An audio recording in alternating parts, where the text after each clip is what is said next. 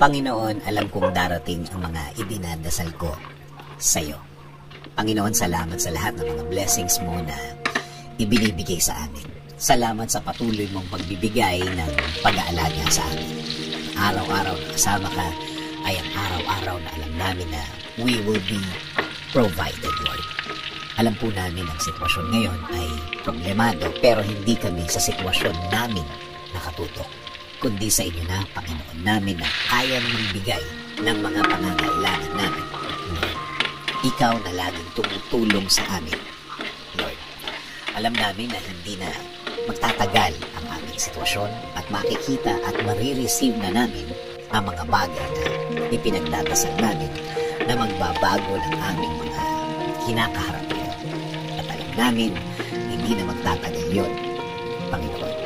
Hindi rin kami padadaya sa aming nakikita, sa mga sinasabi ng iba na hindi na magagawa ng paraan at wala ng solusyon ang aming mga problema.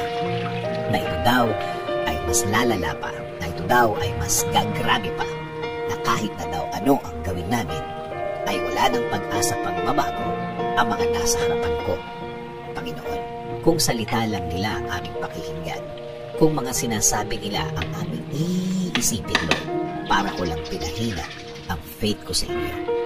Lord, pangako po, sa inyo lang po kami maniniwala at magtitiwala. Kayo po ang magiging laman ng aming mga puso at isipan. Sa salita nyo lang kami maniniwala at hindi ang sa kanila. Kaya ngayon, Panginoon, ngayon pa lang, salamat po sa inyong mga naibigay sa amin. Salamat po sa mga provision mo sa amin. Salamat na sa mga biyaya na ibibigay ninyo, Lord. Kasama din po ng pasasalamat ng mga ibibigay ninyo sa akin at sa amin, Panginoon. Alam po namin na ang mga bagay na ibibigay ninyo sa amin ay hindi na magtatagal. Hindi na magtatagal ang aming pag-aantay.